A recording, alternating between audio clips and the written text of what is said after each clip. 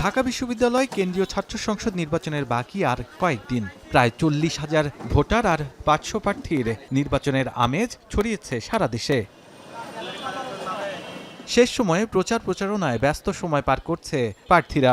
শিক্ষার্থীরাও শুনছেন প্রার্থীদের প্রতিশ্রুতি। সাধারণ শিক্ষার্থীরা মনে করে যে তাদের কথাগুলো শুনবে এবং তাদের সমস্যাগুলো নিয়ে প্রশাসনিকভাবে চাপ দিয়ে তাদের কথাগুলোকে আদায় করবে, এরকম প্রার্থীদেরকে বাছাই করবে সবসময়। শিক্ষার্থীদের জন্য একটি সুষ্ঠু সংস্কৃতিমনা একটি প্রতিষ্ঠান বা একটি স্থান গড়ে তুলতে চাই, যেখানে দেশীয় এবং বহিরাগত বহির্বিশ্ব স্থানীয় প্রভাব থাকবে। প্রচার প্রচারণার ফাঁকে নানা অভিযোগ নিয়ে ইসিতে যাচ্ছে প্রার্থীরা। বুধবার ভোট কেন্দ্র বাড়ানোর দাবিসহ বেশ কয়েকটি অভিযোগ নিয়ে ইসিতে যান ছাত্রদল সমর্থিত প্যানেলের ভিপি প্রার্থী আবিদুল ইসলাম।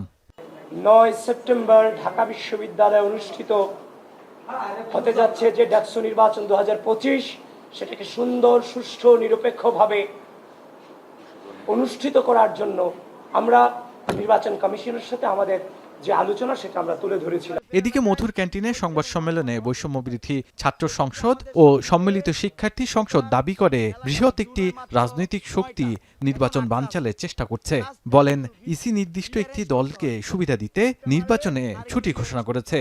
আমরা আশাবাদী বিশ্ববিদ্যালয়ের প্রশাসন যে কালো এবং আমি মনে করি যে নীল নকশা এঁকেছে বা এই নির্বাচন কমিশন নীল নকশা এঁকেছে যাতে শিক্ষার্থীরা ভোট দিতে না আসে, সেই নীল নকশা তারা আর বাস্তবায়ন করবে না, বরং তারা একটা শিক্ষার্থী বান্ধব কেন্দ্র স্থাপন করবে যেখানে শিক্ষার্থীরা স্বতঃস্ফূর্তভাবে নিজ উদ্যোগে ভোট দিতে যাবে। অন্যদিকে আদালতের রায়কে স্বাগত জানিয়েছে শিবির সমর্থিত ঐক্যবদ্ধ শিক্ষার্থী জোটের জিএস প্রার্থী SM ফরহাদ। তিনি বলেন, সমালোচনায় সমস্যা নেই, তবে প্রার্থীদের অপপ্রচার থেকে দূরে থাকার আহ্বান জানান তিনি।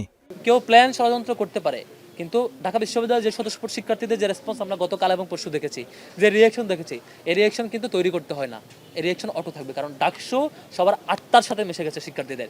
ডাকসু যদি আপনি না দিতে চান, বানচাল করতে চান, আপনার অস্তিত্ব থাকবে না এখানে। বারবার এই যে ঝগড়া করা, একেবারে বিরুদ্ধে করা, এগুলো হয়তো মিডিয়ায় হাই ফুটে, পারস্পরিক অনেক ভিউ হয়, অনেক আলাপ হয়। ঢাকা বিশ্ববিদ্যালয়ের শিক্ষার্থীদের একটুও কল্যাণ হয় না। সবার জায়গা থেকে কাজ হওয়া উচিত শিক্ষার্থীদের কল্যাণটা আমরা কী করতে পারি। যে কাজগুলো শিক্ষার্থীদের কোনো কল্যাণ নাই, সেগুলো নিয়ে আলাপচারিতা করা, আপনার ডাকসুকে রাজনৈতিক এজেন্ডা বানানো, এটা মানে দ্বিচারিতা।